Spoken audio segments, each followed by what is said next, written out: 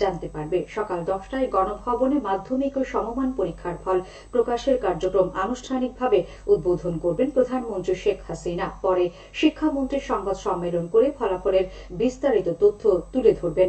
এবারের এসএসসি দাখিল, SSC vocational ও দাখিল ভোকেশনাল এর পরীক্ষার্থী ছিল 20,24,192 জন।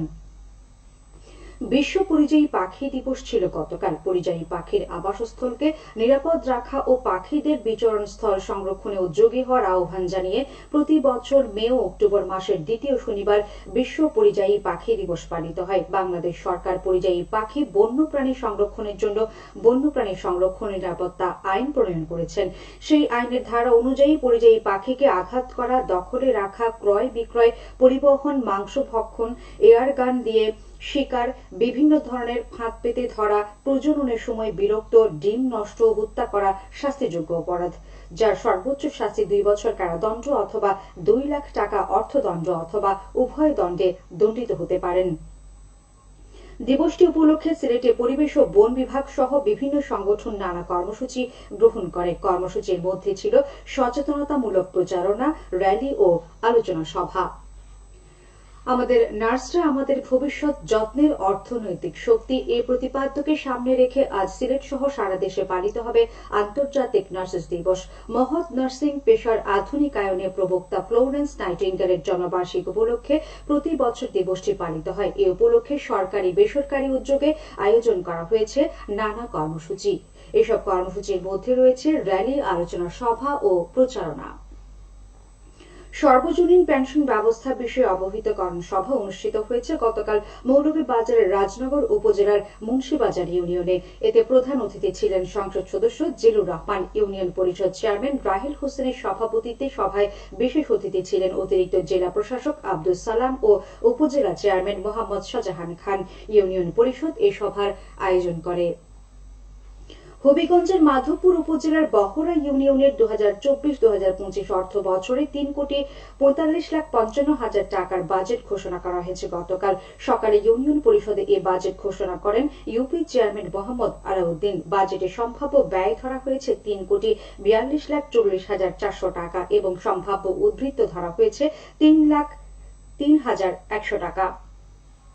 মৌলভীবাজারের শ্রীমঙ্গল উপজেলার খেজুরিছড়া জিসি নিরালাপুঞ্জি ভায়া হরিণছড়া রাস্তা নির্মাণ কাজ সম্পন্ন হয়েছে। এতে ব্যয় হয়েছে 1,43,00,000 টাকা। স্থানীয় সরকার প্রকৌশল বিভাগ কাজটি বাস্তবায়ন করেছে। সিলেটের বিয়ানীবাজার উপজেলার নালবহর সরকারি প্রাথমিক বিদ্যালয়ের একাডেমিক ভবন নির্মাণ কাজ শেষ হয়েছে। ভবনটি নির্মাণে ব্যয় হয় প্রায় 95 লাখ টাকা। স্থানীয় সরকার প্রকৌশল অধিদপ্তর এটি বাস্তবায়ন করেছে। এবারে শুনুন কৃষি সংবাদ। চলতি মৌসুমে মৌলভীবাজার জেলার লিচু বাম্পার ফলন হয়েছে। জেলা কৃষি সম্প্রসারণ অধিদপ্তর জানায় এবছর বাড়ি 2 ও 3 এবং বোম্বাই জাতের 77টি বাগানের 241 হেক্টর জমি থেকে লিচু উৎপাদনের লক্ষ্যমাত্রা নির্ধারণ করা হয়েছিল 1,992 মেট্রিক টন। তবে আবহাওয়া অনুকূলে থাকায় লক্ষ্যমাত্রা অতিক্রম করে প্রায় 2,500 মেট্রিক টন লিচু উৎপাদিত হবে বলে আশা করা যাচ্ছে। জেলার পাহাড় টিলার সমতল ভূমি ও আবহাওয়া লিচু চাষের জন্য উপযোগী হয়। প্রতি বছর কৃষকরা লিচু চাষে আগ্রহী হয়ে উঠছেন। ইতোমধ্যে এসব লিচু বাজারজাতকরণ শুরু হয়েছে। খেলার খবর। দাবা। সিলেট বিভাগের 4 জেলার প্রতিযোগীদের অংশগ্রহণে হবিগঞ্জে শুরু হয়েছে র্যাপিড রেটিং দাবা প্রতিযোগিতা। গতকাল দুপুরে জেলা আইনজীবী সমিতির সভাকক্ষে এ প্রতিযোগিতার উদ্বোধন করেন সংসদ সদস্য মোহাম্মদ আবু জাহির। সুইস লীগ পদ্ধতির এই প্রতিযোগিতায় 80 জন দাবাড়ু অংশ নিচ্ছেন। ক্রিকেট। সিলেট ও সুনামগঞ্জের সাবেক ক্রিকেটারদের অংশগ্রহণে প্রীতি টি-20 ম্যাচ অনুষ্ঠিত হয়েছে গতকাল সিলেট আন্তর্জাতিক ক্রিকেট স্টেডিয়ামে। ম্যাচে সিলেট 53 রানে সুনামগঞ্জকে পরাজিত করে। টস জিতে প্রথমে ব্যাট করে সিলেট 7 উইকেট হারিয়ে 206 রান সংগ্রহ করে। জবাবে সুনামগঞ্জ দল 135 রানেই গুটিয়ে যায়। ফুটবল। সিলেটের গোলাপগঞ্জ উপজেলার শেখপুর মাঠে নবম জনতা ফুটবল টুর্নামেন্ট প্রচেষ্টা সমাজ কল্যাণ যুব সংঘ চ্যাম্পিয়ন হওয়ার গৌরব অর্জন করেছে।